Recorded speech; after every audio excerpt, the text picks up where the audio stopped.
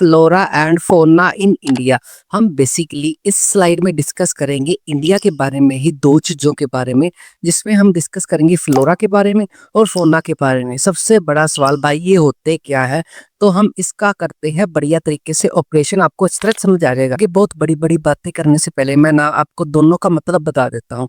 जब भी आपकी टेक्स्ट बुक्स में या कोई भी क्वेश्चन में फ्लोरा के बारे में पूछा जाएगा ना, तो उसका मतलब क्या होता है, प्लांट किंगडम से, मतलब प्लांट किंगडम्स की बात कर रही है ना, तो उसका एक कोड वर्ड याद रख लो, कौन सा है, वो फ्लोरा है। तो flora always associated with the plant kingdom, जो प्लांट किंगडम्स होती है, पेड़ पौधे होते हैं दूसरे शब्दों में। और आगे फौना, फौना जो भी होता है ना, वो होता है एनिमल किंगडम।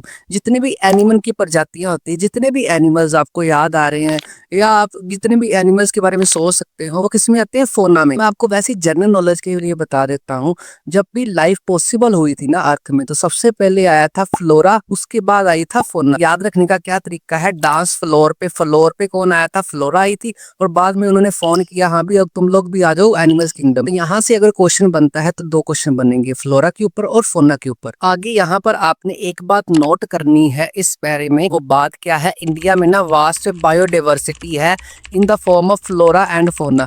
बायोडाइवर्सिटी जैसे मैंने पहले बता दिया पिछली स्लाइड में, मतलब क्या होता है, तो इंडिया में बहुत ज्यादा मात्रा में फ्लोरा और फौना पाई जाती है। मतलब एक one of the biggest country है इंडिया, जहां पर सबसे ज्यादा प्लांट्स और एनिमल किंगडम्स पाई जाती है। मतलब बहुत सारे पेड़ पौधे भी पाए जाते हैं और बहुत सारे जानवर भी पाए जाते हैं। एक बात आपकी जनरल नॉलेज के लिए मैं और बता देता हूँ, जैसे जहां पर वेजिटेशन होगी ना, वहां पर वैसे ही एनिमल्स पाए जाएंगे। फॉर एग्जाम्पल एक जगह है रेगिस्तान टाइप, जहां पर वेजिटेशन बिल्कुल ही नहीं पाई जाती, तो वहां पर इस टाइप के सारे जानवर पाए जाएंगे। और एक जगह है इसके उलट, जहां पर बहुत सारी हरियाली है, तो वहां पर सेवरल टाइप्स की क्या पाई जाएंगी, एनिमल्स किंगडम पाई जाएंगी। बेसिकली हम बोल सकते हैं कि फ्लोरा के ऊपर डिपेंड होती है फौना। जैसा वेजिटेशन होएगा वैसे ही वहां पर वाइल्ड लाइफ, वैसे ही जानवर पाए जाएंगे। यहाँ पर हमने तीन बातें डिस्कस कर ली है, एक फ्लोरा और फौना के बारे में, और दूसरी इंडिया के बारे में, बायोडाइवर्सिटी में रिचनेस है, यहाँ पर ये बात नोट कर ली है। आगे चलते हुए एक लाइन बताई गई है जिसमें ये बोला गया है, हर एक लोकल एरिया में यूनिक प्लांट्स और एनिमल पाए जाते हैं।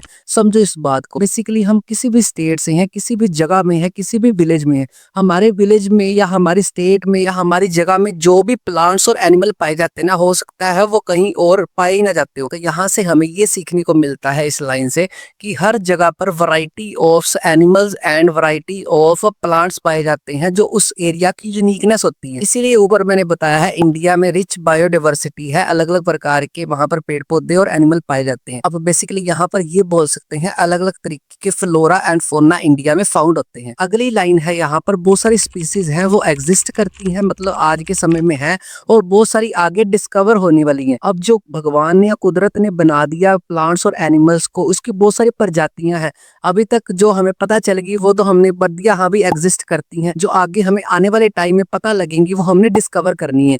तो आपके मन में आएगा, हाँ भी ये डिस्कवर होती हैं, बिल्कुल डिस्कवर होती हैं।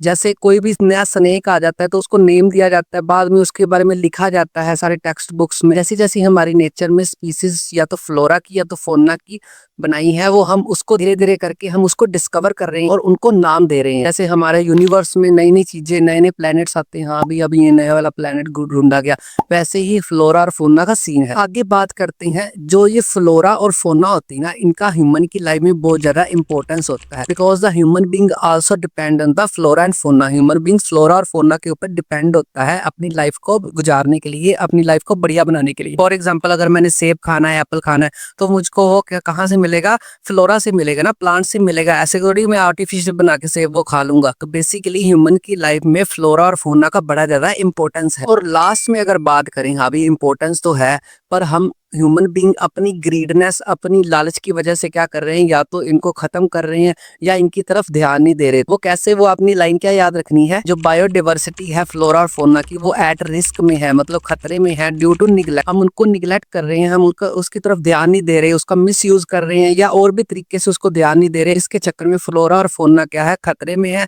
और मैंने पीछे बता दिया है ह्यूमन की लाइफ में बहुत ज्यादा इंपॉर्टेंस है, उसके ऊपर डिपेंड है हम लोग। अगर उसको ही खत्म करते रहेंगे तो हमारा लाइफ कैसे पॉसिबल होएगी। जैसे फॉर एग्जांपल सेब उगाने वाले पेड़ को अगर खत्म कर रहे हैं एग्जांपल के तौर पे, तो हम सेब कैसे खाएंगे। आई होप यहाँ तक आपको बेसिक कंसेप्ट अच्छी तरह समझ आ गया।